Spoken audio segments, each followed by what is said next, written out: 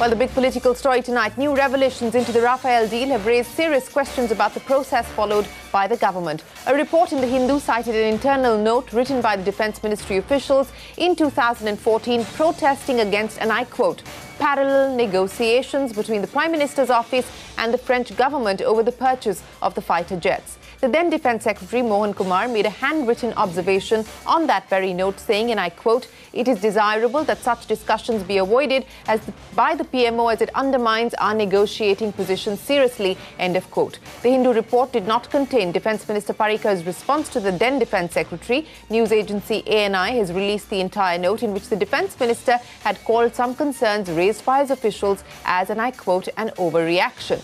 Congress President Rahul Gandhi, going on the offensive against the Prime Minister, says he's guilty of interference, terming this an open and shut case. Defence Minister Sitharaman hitting back, saying the Prime Minister's office asking for regular updates to ensure timely work cannot be termed interference. But she did not explain why the Prime Minister's office was holding direct talks with the French government officials when in court the government has said that negotiations were being held by the INT team that was set up to look into this transaction.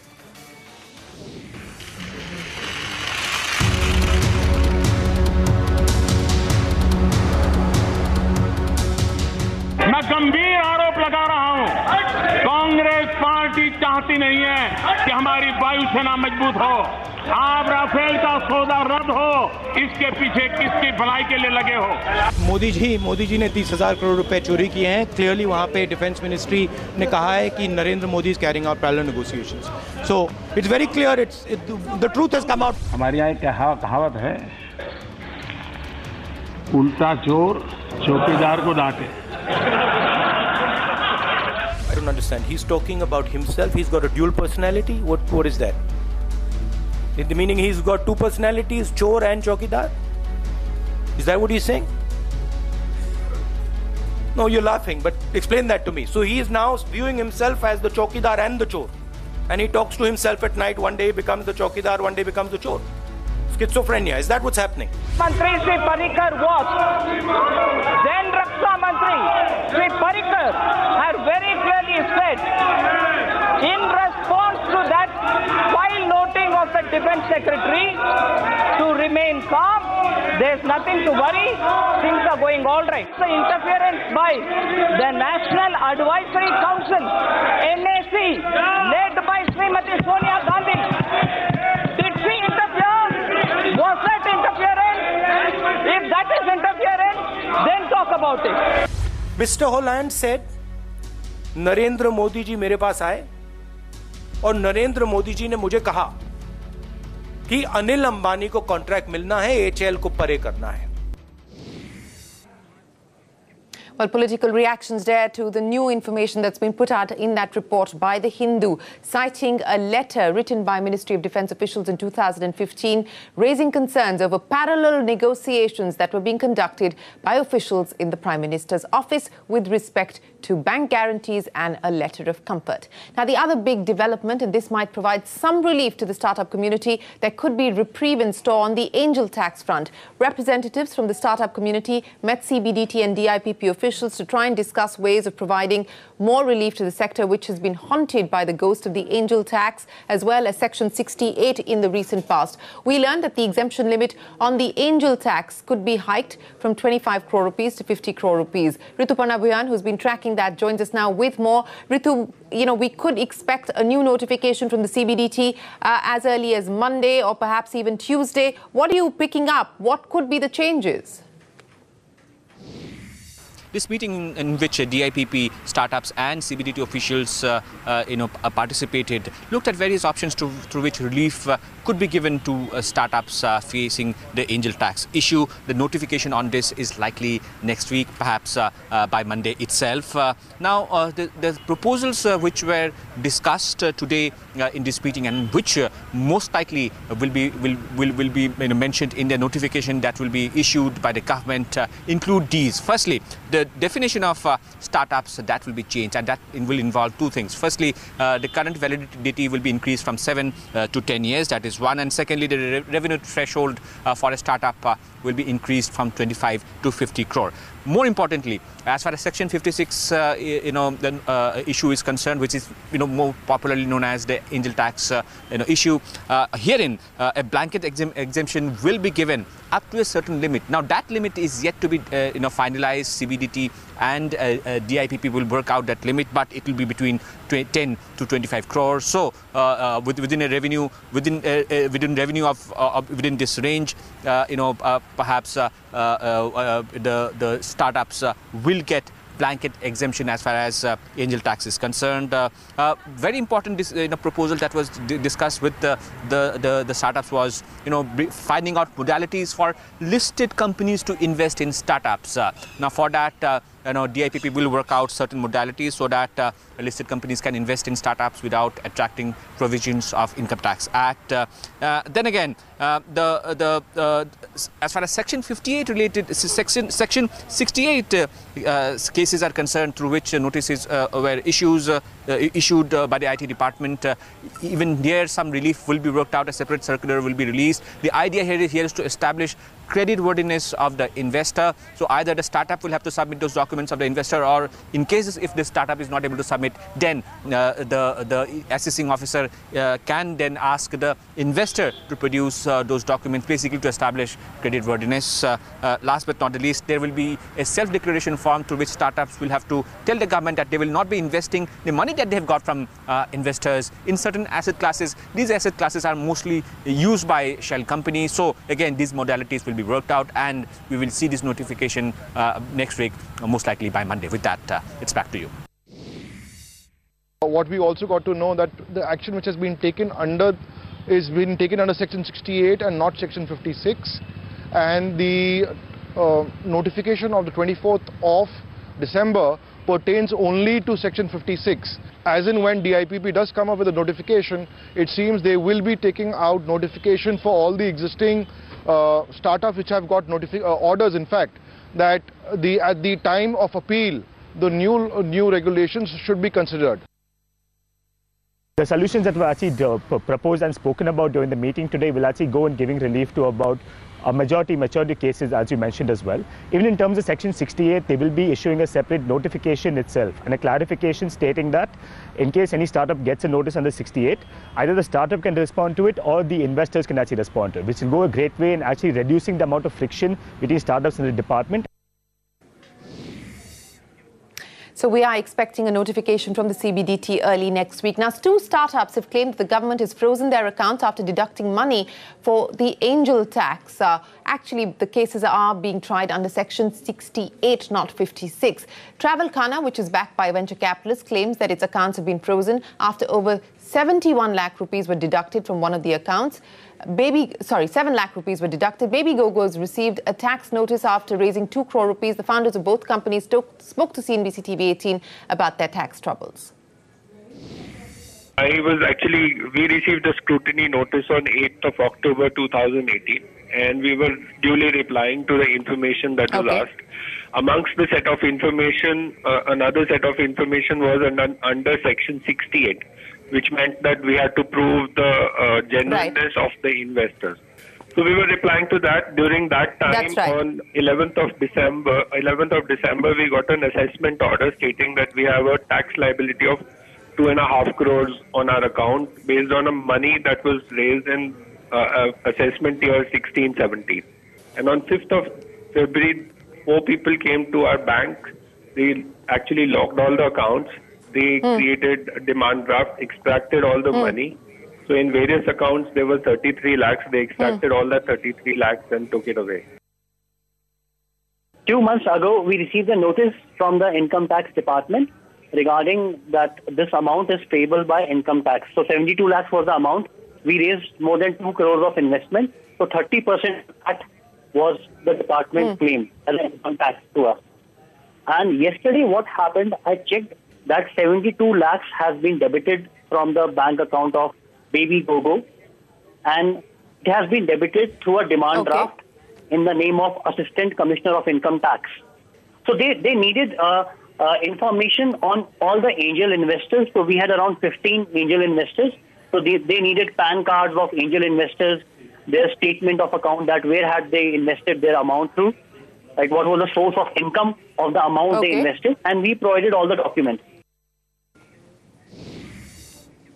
Well, those two companies where income tax notices were served, accounts frozen, and money deducted from those accounts by way of a demand draft. Now, the other big story that we're tracking this evening, a panel of state ministers led by the Gujarat Finance Minister Nitin Patel has recommended that 5% GST without input tax credit be levied on under construction residential homes. Remember, under construction properties are currently taxed at 12%. Further, the GOM has recommended a 3% GST on affordable housing, but again, without input tax credit. So what impact is this going to have on the real estate sector? Timsy Jaipuria has been tracking that. Joins us now with more. Timsy.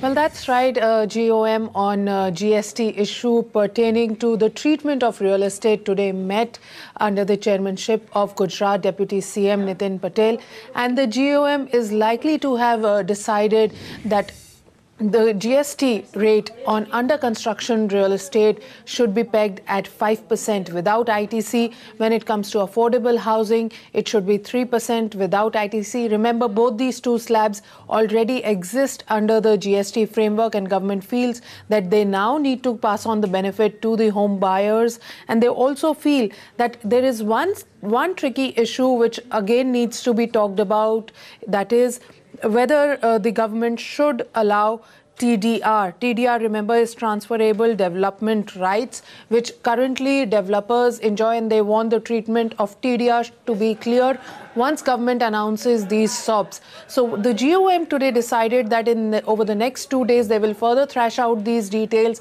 further thrash out the idea, especially of TDR, and then submit its final report to the GST Council, which will take a final call onto how should be the rate rationalization when it comes to the GST issue on real estate be done. So here is a word that sources are saying that the two key main issues, that is 5% without ITC on under construction property and 3% without ITC on affordable housing, is almost sealed. Let's see what happens finally when the GST Council meets. Back to you.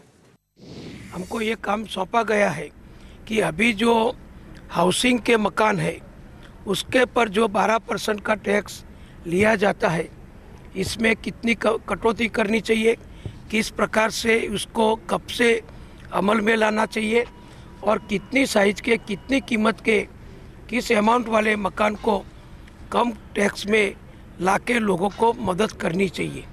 और हमारी committee ने जो भी चर्चा की है उसके बारे में अगले 1-2 दिन में फाइनेंस मिनिस्टरों के साथ बैठ के या फोन से बात करके हम लास्टली हमारी काउंसिल को क्या रिकमेंडेशन करते हैं इसके बारे में फाइनल करेंगे। The real estate sector, we will get the boost that is required in terms of lowering the rates, and certain recommendations will be made to the fitment committee and the GST council. It is only then that it will become effective. It is not my case that I can tell you. I can certainly tell you that rates have to be lowered, will be lowered, and we are very much concerned. I cannot officially tell you as to what is the quantum of lowering that is happening. Well, recommendations there by the group of ministers on GST for real estate, but no decision yet on the timing of the next council meeting. The telecom regulator has once again defended the new tariff regime for television. The regulator is promising 10 to 15% savings for metros. It also went on to clarify that on second or multiple TV connections, the network capacity fee of 130 rupees is not mandatory. Ashmit Kumar joins us now with more details. So, Ashmit, what is the latest clarification that's come in from the TRAI? Well, ever since the new tariff regime was rolled out on February 1st, there have been more questions and answers. The TRAI has been battling with those questions. And here's one question that was, in fact, that TRAI is seeking to answer as to what happens to the NCF or the network capacity fee on the second or the third or multiple connections with respect to the same household. That question has been answered by TRAI. TRAI has said that the NCF or the network capacity fee of 130 rupees for the 100 SD channels will not be mandatory for the second or multiple connections of the same household. This is a key key clarification that is coming in. In fact, the TRAI goes a step further and says that there are already operators that are completely waiving off the NCF entirely, that is something that can be done. Discounts can be offered. The only two caveats that have been brought in by the TRAI is that any discount that will be brought in will have to be uniform across the target market and will have to be made known through the respective website of the service provider. Those are the only two caveats. But importantly, the TRAI clarifying that the NCF or the network capacity fee of 130 rupees for the second or multiple connections to the same household can be in fact discounted and waived off entirely if deemed fit by the service provider. That's not all. The TRAI went a step further and saying that they firmly believe that this is a pro-customer move, that this will ensure fair competition between the broadcasters. On the pricing front, they said that the TRAI believes that the prices will fall by as much as 10 to 15% in metros, will fall by 5 to 10% in non-metro areas, and that in the longer term they do feel that the market dynamics will play out in a manner that will in fact reduce the prices. That's of course what they're saying on the record. Off the record, they sound even more confident, saying that it's only a matter of a few weeks before the prices that we are currently seeing taper off. So that's the TRAI expressing confidence, clarifying on the NCF component of second to multiple components. Of course, there are very many questions that still need answering. We'll of course find out in the days to come if this move brings in any more clarity. Back to you. All right, Ashmit, thanks very much. Well, confusion does still continue, though, in some pockets and for some consumers still asking questions of their service providers on the migration. Now, shifting focus to Tamil Nadu, the southern state has seen its state budget being tabled in the Assembly, with Finance Minister O. Selvam announcing that the soaring revenue deficit was down by 25%. While there were no new taxes in this year's budget, however, Tamil Nadu's reputation for a larger-than-life election SOPs also took a bit of a backseat. Jude Sane joins us now with the key highlights of that budget. Jude, so take us to the fine print. Well, the good news, like you rightly mentioned, is that Tamil Nadu Budget 2019 projects revenue deficit to be just about 14,315 crore rupees for FY20. This, remember, is a far cry from the 19,000 crore rupee mark that it breached in FY19. But on the not so bright side, fiscal deficit continues to hover around 44,000 crore rupees. And this, remember, is rather alarming considering it's 2.56% of the state's GDP. But what does Budget 2019 for Tamil Nadu really have for the taxpayer? Firstly, no new taxes, and that's not surprising considering it is, of course, an election year. But interestingly enough, there are no new poll SOPs either. 85,000 crore rupees has been set aside for the payment of salaries and pension for government employees in the state. 6,000 crore rupees has been set aside as far as food subsidies are concerned, with special focus on free rice distribution, which of course is a signature scheme in Tamil Nadu. A little over 1,000 crore has been set aside for former Chief Minister J. Jayalalitha's pet free laptop distribution scheme. And bringing up the rear is 491 crore rupees that has been set aside for the distribution of free dhotis and saris in the run-up to elections 2019. So there you go, Tamil Nadu budget. No new taxes, but no new SOPs either. Back to you. Okay, Jude, thanks very much. But let's head across to Karnataka now, where Chief Minister H.D. Kumaraswamy, who also holds the finance portfolio, presented his second budget in the Vidhan Sabha today. This even as the opposition staged a walkout. The JDS Congress government has an estimated expenditure of 2.34 lakh crore rupees for the upcoming fiscal. Mugdha Variyar gets us the highlights. Karnataka Chief Minister and Finance Minister H.D. Kumaraswamy presented the state budget today for FY 1920 on a day marked by intense political chaos, with the BJP opposition members staging a walkout and the Congress party moving to disqualify 4 MLAs for not turning up for the budget session. But that apart, the focus of the budget today was on the farmers, especially on the Chief Minister's farm loan waiver scheme, with the budget this year provisioning rupees 6,500 crore for the waiver of crop loans of farmers to commercial banks and rupees 6,150 crore for waiver to the cooperative sector. Overall, the total grant is of rupees 46,853 crore. This brings the budget's estimated expenditure to rupees 2,34,000 crore, which is 7% higher than the revised estimate for FY 19, and brings the fiscal deficit at 2.65% of the gross state domestic product, which stands at rupees 15.8 lakh crore, and the total liability will stand at 20.6% of the gross state domestic product.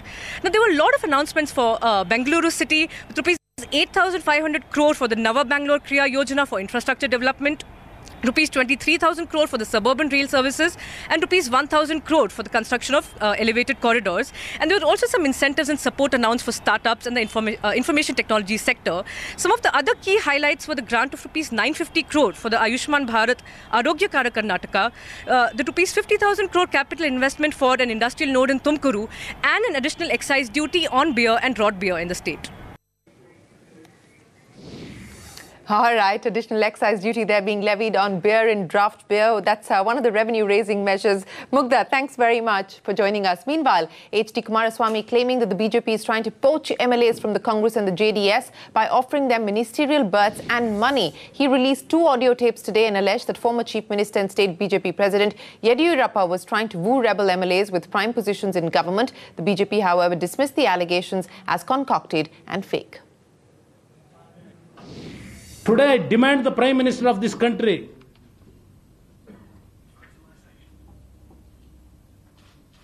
come out of your real face to this country. Who has encouraged your leaders to topple Karnataka government? I am exposing the material now. How these BJP friends achieved in 55 months compared to Congress 1947 from the 1947 their achievement. If why they are worrying, they must keep their MLAs together, Congress and JDS. Let them continue. Let them do the good work for the welfare of the people of Karnataka. Even today I am telling you more than 10 to 11 MLAs from Congress, JDS, they are not going to attend today's meeting. Okay, today's assembly session. Okay. Same thing happened yesterday and day before yesterday also. Where are they? Is it my responsibility to bring Congress, JDS, MLAs to the assembly? Well, the Congress and the JDS accusing the former Karnataka Chief Minister and BJP party president in Karnataka of trying to poach MLAs, releasing audio tapes to that effect. Now, a quick check of the other headlines. State Bank of India has slashed home loan rates a day after the Reserve Bank has its rates. The rates have seen a marginal cut of 5 basis points for home loans below 30 lakh rupees. Anil Ambani's Reliance Group has issued a statement alleging that L&T Finance and Edelweiss Group entities have invoked pledge of listed shares of the group and made open market sales of about 400 crore rupees from the 4th to the 7th of February. Reliance Capital has called the action illegal, motivated and wholly unjustified. Edelweiss has hit back, saying that the share sale was legal and that despite their best efforts, Reliance Group failed to address their concerns and continued to breach contractual obligations. In fact, L&T Finance has just put out their statement confirming that the sale of shares of Reliance ADAG Group companies is as per contractual rights and is legal. So both L&T as well as Edelweiss say that the share of pledged shares was legal, while ADAG crying foul. Tata Steel has reported a 53% jump in net profit, but this was below street estimates. Revenues come in line with expectations at 41,200 crore rupees. India business revenue grew 10% at over 17,000 crore rupees. Well, with that, it is time for us to wrap up this edition of What's Up. Thanks very much for watching. Brought to you by Boeing. The future is built here.